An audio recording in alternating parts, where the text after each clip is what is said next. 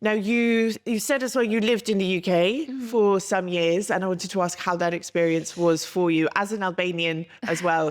The UK is not a great place for Albanians at the moment, like years and years later. Well, I went with the privileged status, so to speak, because I went to study. And I was prepared for this. I had been saving for years. I planned this. So, and even in that situation, it was not smooth at all. Well, first, because also the pandemic happened. So it was not the best time to be in the UK. And then also in 2019, I remember the rhetoric against Albanians started on TV by politicians, obviously looking for the next scapegoat. And I remember it was all over the news. It was all over, to the point that even though people are nice and polite, even though it's a big city and obviously it's less friendly, but still, you could feel there was an antagonism in situations where I would ask for a flat share or like very subtle, very micro. Yeah. But the mostly you would feel it in the institution, and then you would feel it in such ways because then you understand how you are a third-hand citizen. You're not even a second-hand citizen. You're non-UK, you're non-EU.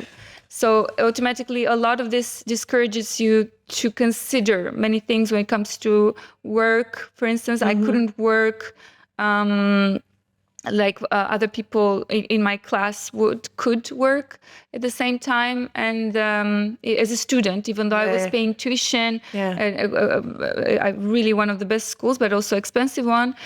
So it was not easy, but then I kind of made peace with the city, and obviously there's amazing people, and this does not represent, just like some institutions that do not or some people do not represent Albania. In the case that's the case with the UK as well. I have amazing friends who are British, English, international, because it's a big city, and they made it feel like home to me. And the last year, actually, I was doing quite well. I did an exhibition. I was nominated for an international prize. So, but there was always something missing for me, and there was an Albanian factor. I didn't know actually I was missing it until I stayed here longer because of circumstances, 2 or 3 months. And then I was like, oh wow, okay, so my nervous system really needed to calm down and be because home. Of course, if you're there, even though you might not be directly receiving negativity every day, it's around you. Like it's in the TV, it's in the news. You might hear it's a raised eyebrow where you mention where you're from. It's everywhere. It's a raised eyebrow. Someone making a comment, about like a joke about mafia or criminal. These little things just existing in that will make you tense. You're constantly feeling perhaps maybe you have to prove yourself a bit more, even though you don't need to. Or is this person going to judge me? Are they judging me without saying anything? Of course, it would have an impact on you all the time. It's terrible that you have to exist. The amount of comments I've heard, it's terrible. And this was also from people that were not British or English. And there's like, I think it was a Belgian student, and we were talking, I don't know, I think it was a post-screening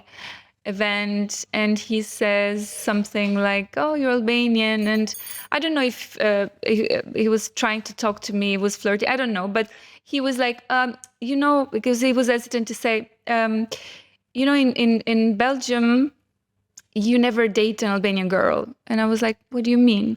Because we are told never to date an Albanian girl because her brothers or her cousins or they will be aggressive with you. And I was like, I mean, what can I say? What can I say? It's just, but also like putting everyone into one basket is also because the thing is, I know there are, they say the traditional values, like, or the way Albanians are, they think of marriage and relationships, and it's different. And I respect that part. But obviously there's a lot of them who moved in other countries, and they well, basically they integrated quite well, like with some other places mentality. I think I've joked about this before in one of my videos, but it was about this, the brothers will come and get you. But it was because a guy had come onto some Facebook group and like basically fetishized Albanian girls and was like, where can I meet one? I want one. And I was like, no, because you'll have to deal with all her family, you know? So I was doing it to sort of highlight his stupidity. I like this protectiveness that we have. Obviously, I'm never against. I'm always against violence, and and there is just something about this. It's obviously exaggerated because then it starts with the fact that also a girl's freedom is also taken away. Just as much as she's given protection.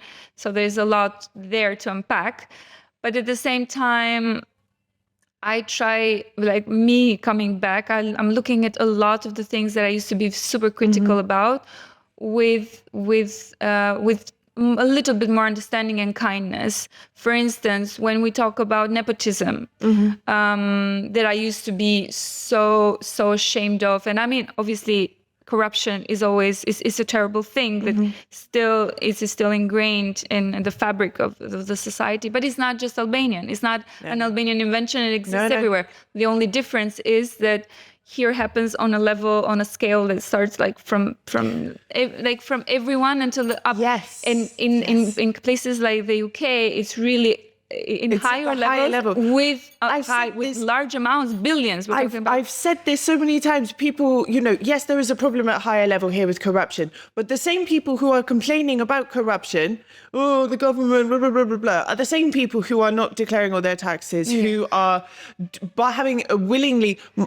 Someone who lives near me is like in their 70s, and I asked him at the election, because I voted for the first time as an Albanian citizen, and I said, did you vote? No, because nobody paid me for my vote, so why would I go and vote? And I'm like, well, you sit in the coffee shop and you complain every day about how corrupt the government are, but now you're complaining because you didn't get paid. But then you're now going to complain about it's from the bottom up. It's taxi drivers who go without putting it on the meter. Okay, I'm guilty of doing it sometimes as well. It's meeting for a coffee, even if you're not bribing someone, but it's that meeting face to face to get something advanced, or it's everywhere and it's normalized. It's normalized, but. Considering this, I have also another theory. Maybe it's just me now idealizing Albania too much, but I think it also comes from a cultural concept. And bear with me, please. I'm not going to say Albania is inherently corrupt. I'm just saying that I think it comes from the fact that we were always invaded. We had poverty, wars, all kinds of things happened to us, and we had to rely on each other. It was something that we needed each other so much, like this safety net, like the family, other people, someone do you know someone that does this? Could someone help me do something or get something? So we had to rely on this, and it became ingrained, like that it's easier now, and I actually like it, that I can call someone, anyone, and they will help me. I'm hoping they will help me.